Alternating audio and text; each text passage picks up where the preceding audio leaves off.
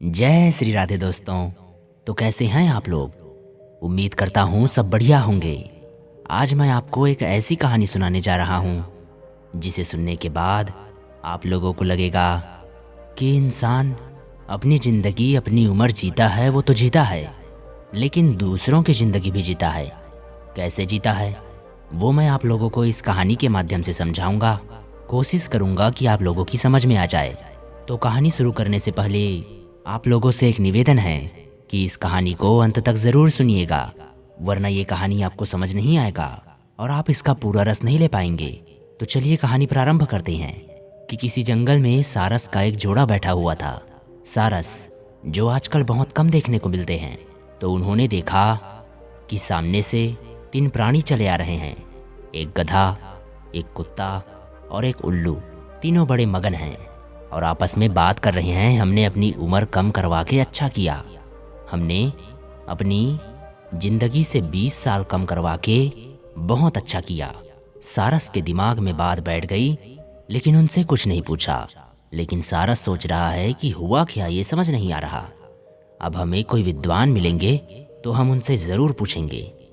तब तक देव ऋषि नारद जी का आगमन हुआ, और जब नारद जी का पदार्पण हुआ, सारस ने रोक लिया और रोक करके कहा, बाबा, मेरे दिल में एक शंका है और उस शंका का समाधान केवल आप ही कर सकते हैं।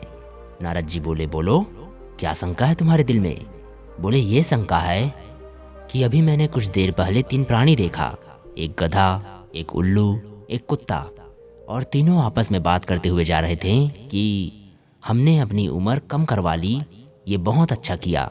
तो बाबा नारद समझाने लगे, सारस सुनिए, वो तीनों कौन थे, कहाँ से आए? ऐसा क्या हुआ कि वो तीनों गधा, कुत्ता और उल्लू कहाँ ब्रह्मा जी के पास पहुँचे?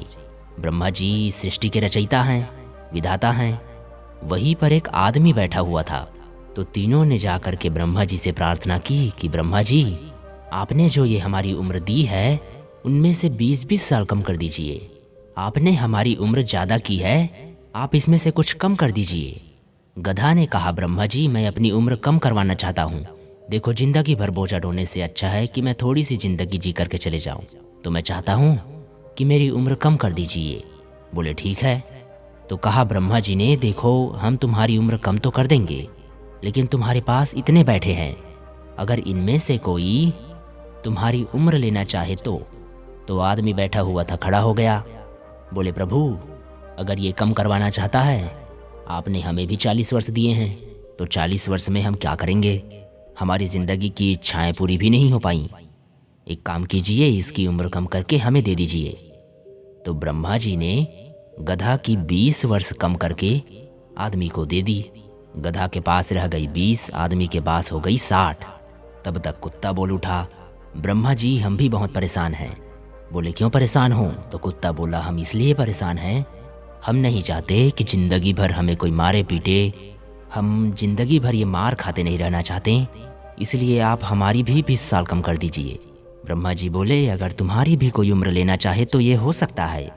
आदमी फिर खड़ा हो गया कि हमें दे दो। अब उसके पास हो गई 80, 20 गधा की, 20 कुत्ता की, यानी आदमी के पास हो गई 80 साल की उम्र।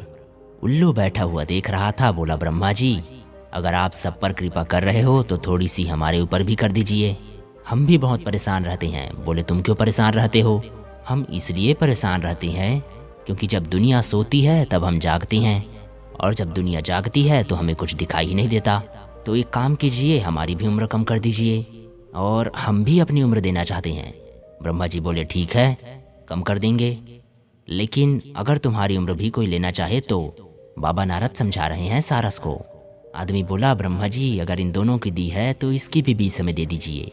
ब्रह्मा जी ने दे दी। 20 वर्ष उम्र दे दी गधा की, कुत्ते की और उस उल्लू की, उस इंसान को।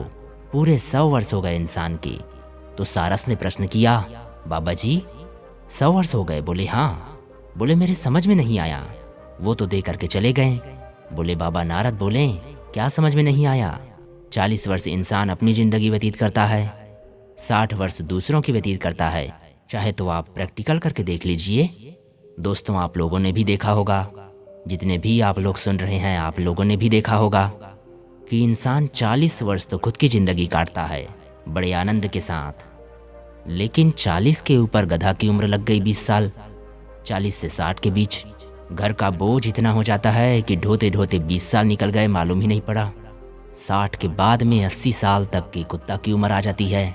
उसमें इंसान की ऐसी हालत हो जाती है कि परिवार वालों से कहता है लेकिन कोई मानता नहीं।